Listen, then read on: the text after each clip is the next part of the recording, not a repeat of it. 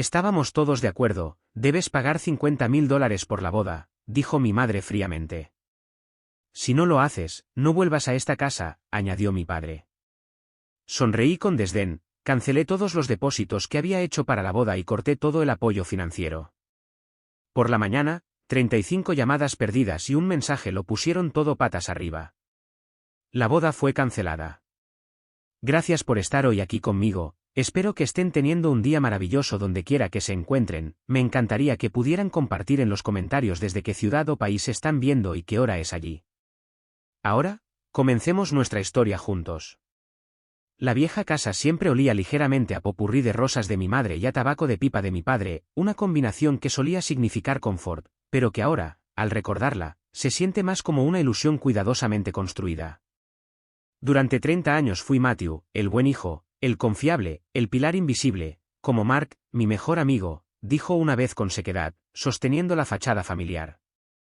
Comenzó temprano, estos sacrificios. Recuerdo tener 22 años, mi propia incipiente startup tecnológica finalmente mostraba un destello de promesa.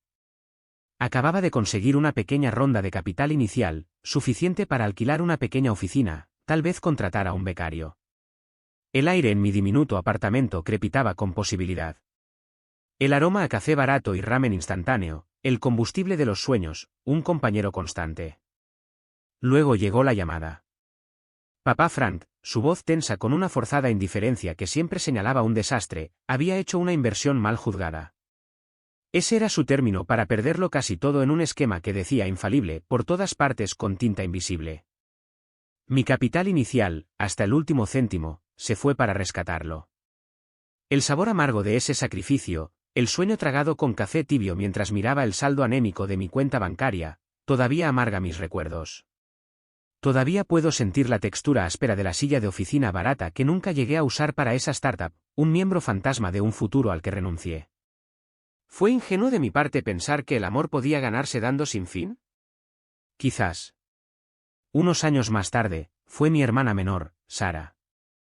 Había entrado en una buena universidad y yo estaba genuinamente orgulloso. Pero luego mamá Ellen decidió que Sara necesitaba un semestre en el extranjero en Florencia para su currículum. Piensa en la cultura, Matthew. La exposición, gorjeó, con los ojos brillando de una ambición vicaria que poco tenía que ver con los deseos reales de Sara. Así, mientras Sara a regañadientes se abría camino por Italia con Instagram, financiada por mi segundo trabajo, yo estaba de vuelta en mi pequeño apartamento, el aroma a ramen instantáneo un fantasma familiar, contando céntimos para asegurarme de que pudiera permitirse ese auténtico gelato que mamá insistía en que probara. Los constantes préstamos para reparaciones de coches, para electrodomésticos nuevos cuando los viejos se estropeaban inesperadamente, para el pago inicial de la misma casa de la que ahora se me amenazaba con el exilio, una casa donde mi nombre ni siquiera figuraba en la escritura a pesar de mi contribución significativa, todo se difuminó en un drenaje continuo. No era solo el dinero. Era la expectativa, la suposición tácita de que siempre estaría allí para recoger los pedazos, para suavizar las grietas. Recuerdo que una vez, en una cena familiar, sugerí tímidamente un enfoque más conservador de sus gastos después de un mes particularmente ajustado. Papá solo gruñó desde detrás de su periódico, el crujido de las páginas, un rechazo en sí mismo. Mamá me dio una mirada de aguda decepción. Matthew, cariño, había dicho, su voz con una condescendencia azucarada que siempre me ponía los pelos de punta, déjanos a nosotros las decisiones de los adultos. Yo tenía casi 28 años entonces.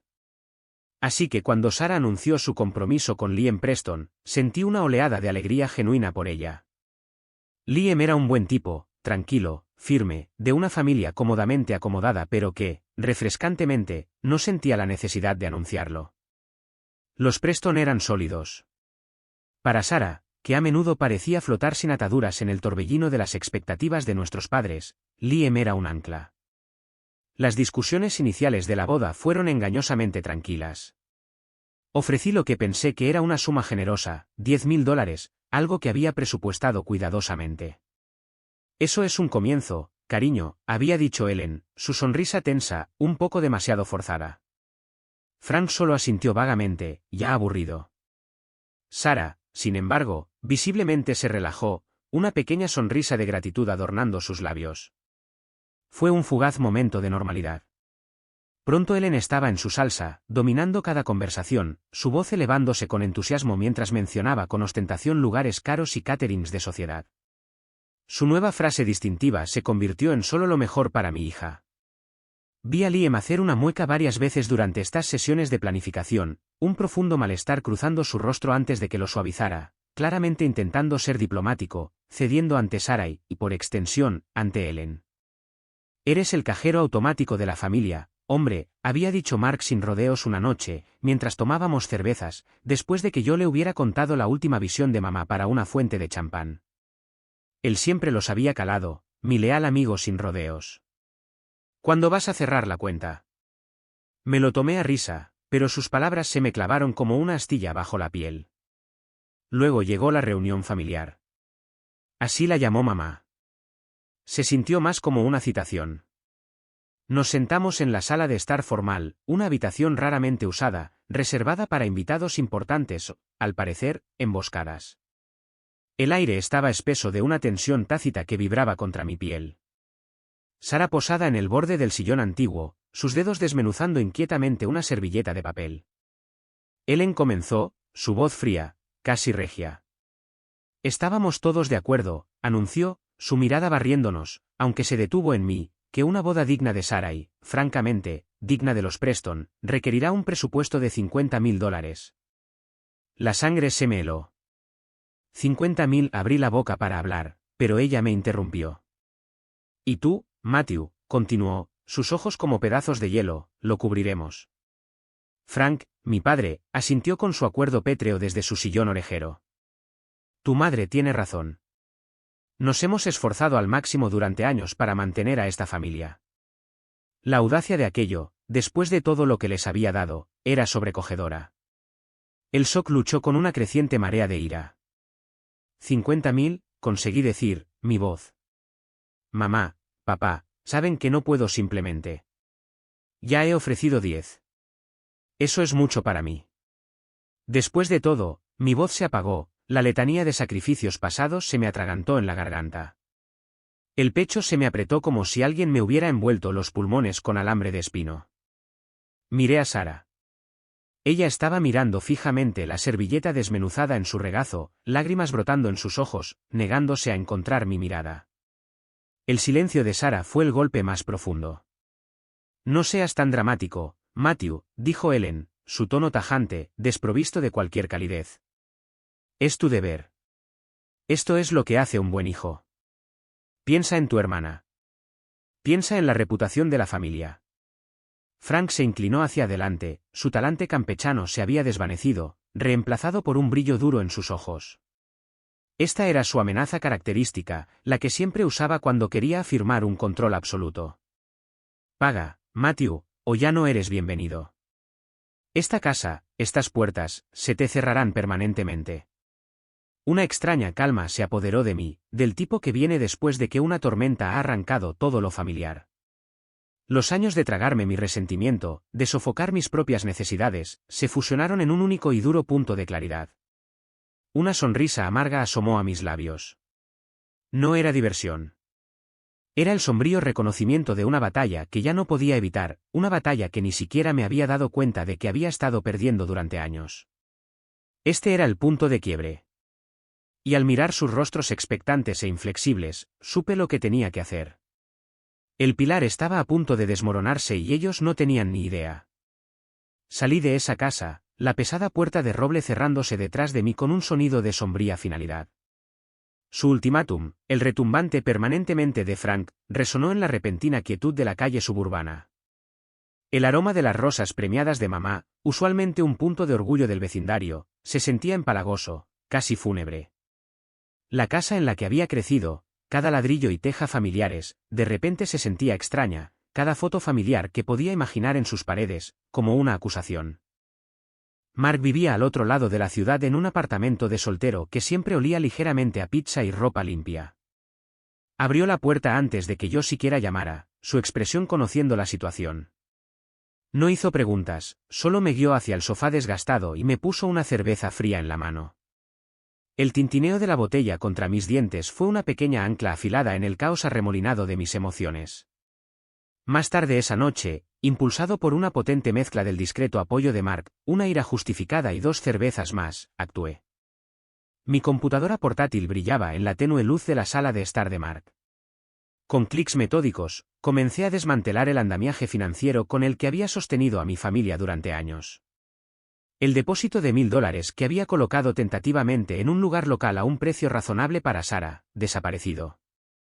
La consulta de catering que había programado, pensando que solo estaba siendo un hermano mayor servicial, cancelada. La florista que Ellen había estado investigando, la especializada en centros de mesa de 1,5 metros, me aseguré de eliminar mi nombre como contacto potencial. Cada correo electrónico enviado, cada formulario en línea enviado, se sentía como cortar un hilo en una compleja y asfixiante telaraña. Lo más grande y satisfactorio fue iniciar sesión en mi banco y cancelar la tarjeta de crédito conjunta de emergencia a la que mis padres tenían acceso, la que había visto más emergencias que una temporada de ER.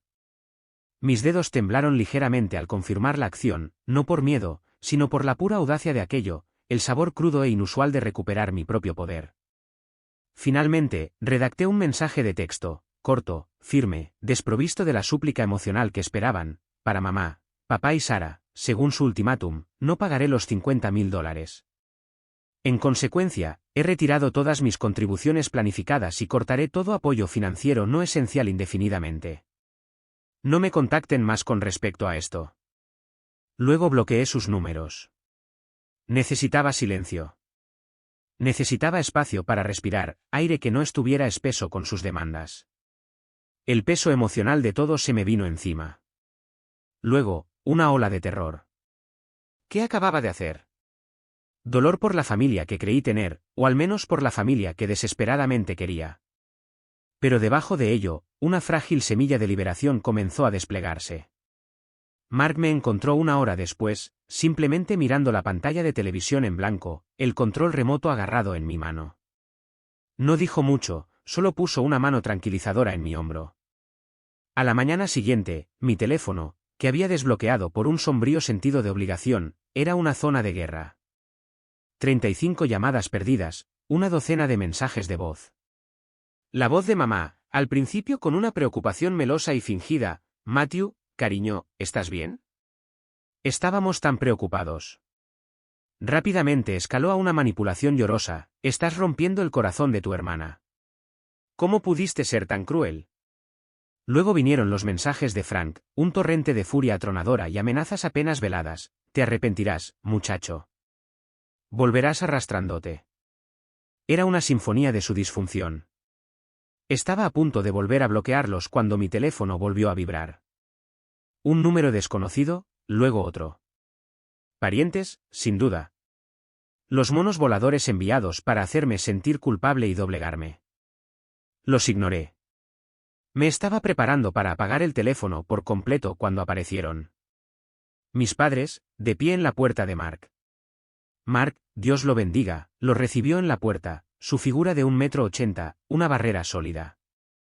Pude escuchar sus voces elevadas desde la sala de estar, Ellen suplicando dramáticamente por su pobre hija confundida, Frank fanfarroneando sobre el respeto y el deber familiar. Mark fue firme, su voz baja y constante, diciéndoles que yo no estaba disponible y que debían irse. No se fueron en silencio. Escuché a Ellen gritar mi nombre desde la calle, su voz quebrándose con una desesperación teatral, seguida de Frank gritando algo sobre que yo era un bastardo desagradecido. El sonido de su coche alejándose a toda velocidad fue un alivio. Me hundí en el sofá de Mark, con la cabeza entre las manos. Esto era, la guerra en toda regla.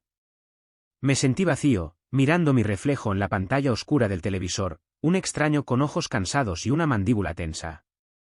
¿Quién era yo si no su hijo, su sustentador? El miedo a estar completamente solo, a ser expulsado, era un nudo frío en mi estómago. Este fue mi fondo, el momento en que la ilusión de familia se había hecho añicos tan completamente que no estaba seguro de que, si algo, quedaba. Luego, en medio de los escombros de mi mañana, un solo mensaje de texto sonó de Sara, no de uno de los números bloqueados, sino de uno nuevo, probablemente el teléfono de un amigo. Mi dedo se cernió sobre el botón de borrar, pero algo me hizo abrirlo. Matthew, están locos. Nunca quise esto. Todo fue mamá. La boda es un desastre. Liam está enloqueciendo.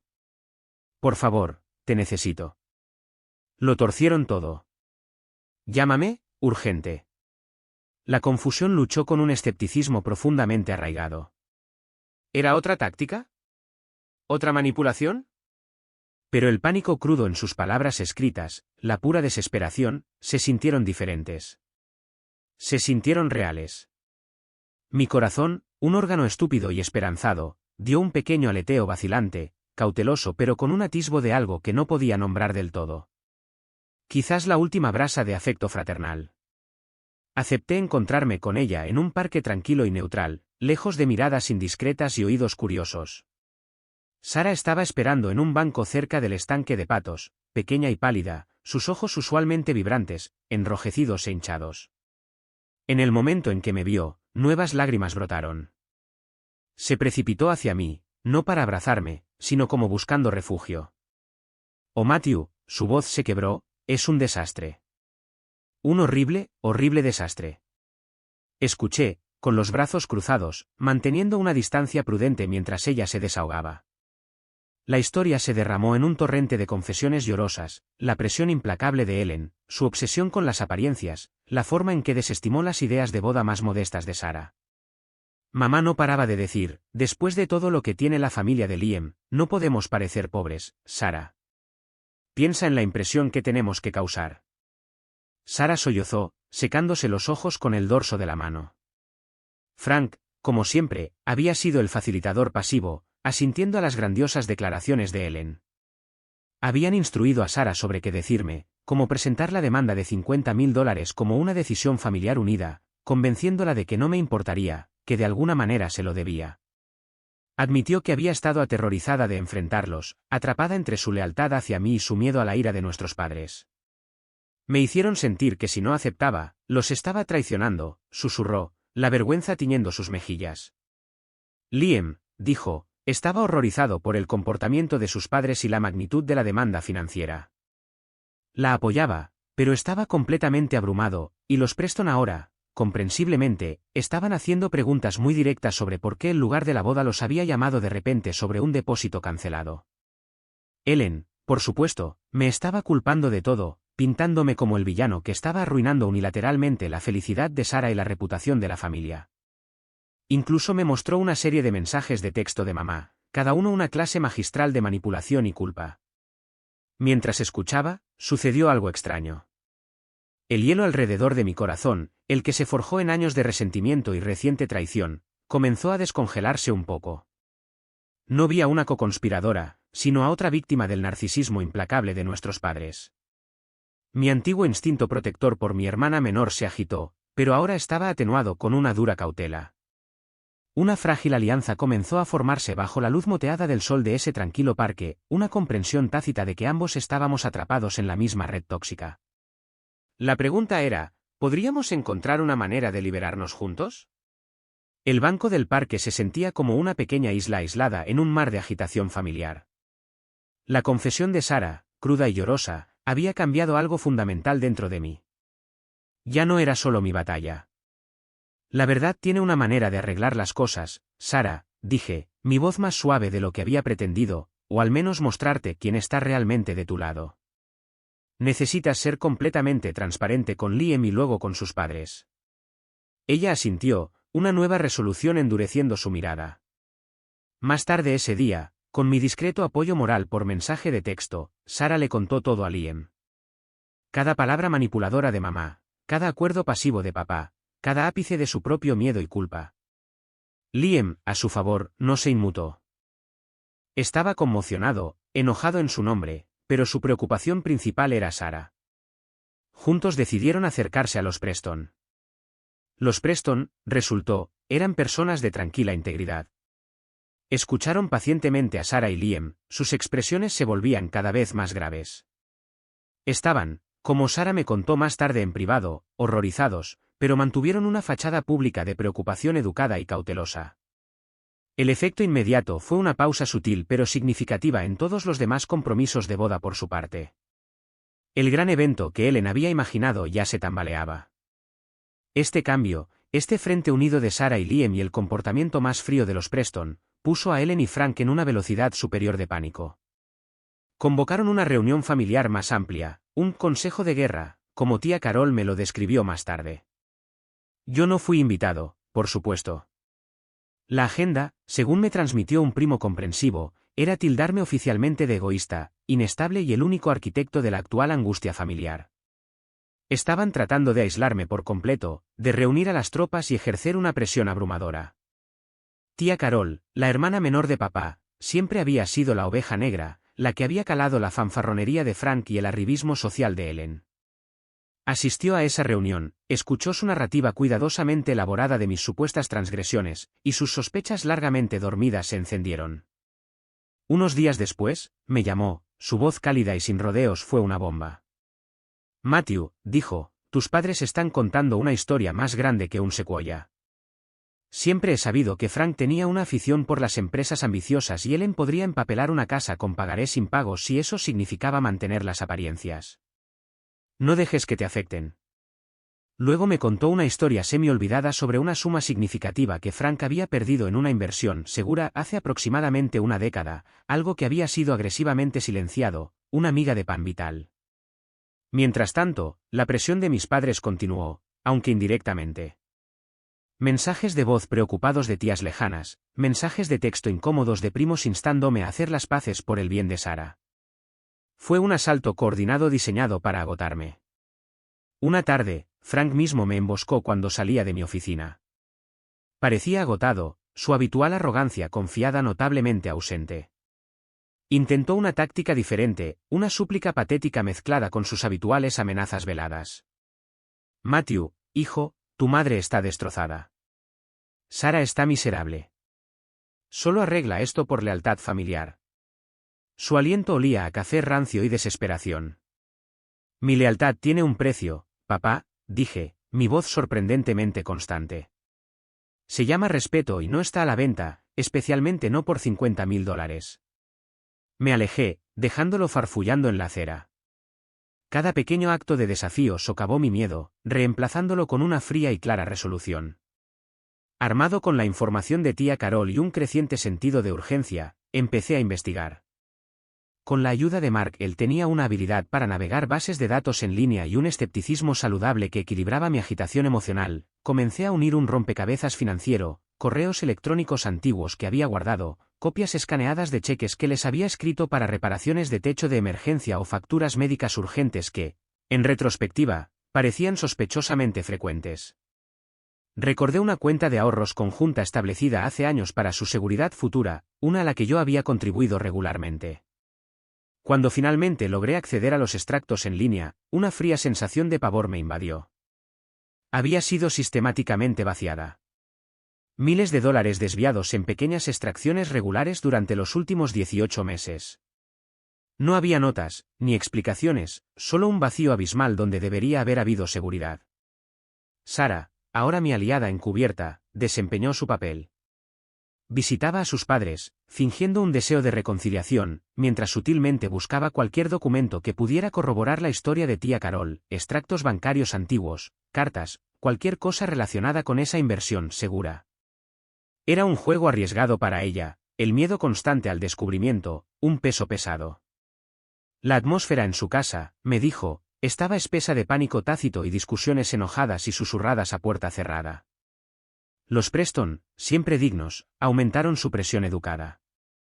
Expresaron su creciente preocupación a Ellen y Frank sobre la desagradable discordia familiar y la evidente incertidumbre en torno a los arreglos financieros de la boda. Ellen, supe a través de Sara, incluso intentó solicitar directamente un pequeño préstamo puente a la señora Preston para cubrir los depósitos, una solicitud que fue recibida con una negativa fría, educada pero inconfundiblemente firme. El pánico de Ellen, dijo Sara, visiblemente se aceleró. Se volvió más errática. Sus intentos de controlar a Sara, más desesperados. Luego llegó la carta, de aspecto oficial en papel grueso de color crema, insinuando vagamente obligaciones financieras familiares incumplidas y el potencial de recurso legal. Era claramente una táctica de intimidación, probablemente redactada por algún conocido legal de segunda categoría de Frank. Mi reacción inicial fue un sobresalto de miedo, pero rápidamente se solidificó en ira. Se la llevé a un abogado adecuado, una mujer pragmática que Mark me recomendó. Ella la escaneó, una pequeña sonrisa desdeñosa asomando en sus labios. Esto es hora de aficionados, Matthew, dijo. Está diseñado para asustarte, nada más. Pero añadió, su expresión volviéndose seria, no estaría de más tener todo en orden. Documenta cada céntimo que les hayas dado, cualquier acuerdo, por informal que fuera. La última pieza del rompecabezas encajó. Un martes lluvioso, Sara llamó, su voz un susurro ahogado y urgente. Matthew, lo encontré en el viejo escritorio de papá, en una caja cerrada con llave. Abrí la cerradura como en esa película de espías que vimos. Describió una pila de papeles, cartas amenazantes de un prestamista secundario, demandas de pago selladas con tinta roja agresiva y un contrato de préstamo por una cantidad asombrosa, tomado hace casi 10 años, con una tasa de interés que era poco menos que usuraria. La fecha de vencimiento de un pago global masivo se avecinaba. Escalofríos recorrieron mi espalda. Esto era la agenda oculta. La inversión segura de Frank había sido un fracaso catastrófico, lo que llevó a esta deuda secreta y paralizante. Estaban al borde del impago, probablemente a punto de perder la casa. Los $50.000 que me exigían no eran principalmente para la boda de Sara. Era un intento desesperado y de última hora para evitar la ruina financiera. La boda extravagante era una cortina de humo, una forma de mantener las apariencias y quizás una retorcida esperanza de enredarse financieramente de alguna manera con los acaudalados Preston a través de Liam. Sentí una furia fría y dura solidificarse en mis entrañas. Esto no era solo derecho o codicia. Esto era un engaño calculado a largo plazo que había puesto en peligro no solo mi bienestar financiero, sino el futuro de Sara y la estabilidad de toda la familia. Sin embargo, extrañamente, bajo la ira, también había una extraña sensación de calma. La calma de finalmente comprender toda la fea verdad. La calma de saber que tenía las pruebas innegables en mis manos metafóricas. El juego había cambiado y sabía exactamente cuál sería mi siguiente movimiento. La decisión de un enfrentamiento final no nació de un deseo de reconciliación. Ese barco ya había zarpado, se había hundido y se había convertido en un arrecife artificial en el fondo de un océano muy profundo. Esto era sobre la verdad, sobre el cierre, sobre levantar el telón de su elaborada y desesperada obra de teatro. Lo orquesté cuidadosamente, el escenario, su casa, la misma sala de estar donde se había entregado el ultimátum. El simbolismo no se me escapó. Sara estaba allí, una fuerza tranquila irradiando de ella que nunca antes había visto. Liam estaba a su lado, su presencia un apoyo sólido e inquebrantable. Tía Carol, mi campeona discreta, aceptó estar allí, una observadora neutral cuya integridad nadie podía cuestionar, y la jugada maestra, Sara, con una invitación cuidadosamente redactada, se había asegurado de que los Preston también estuvieran presentes.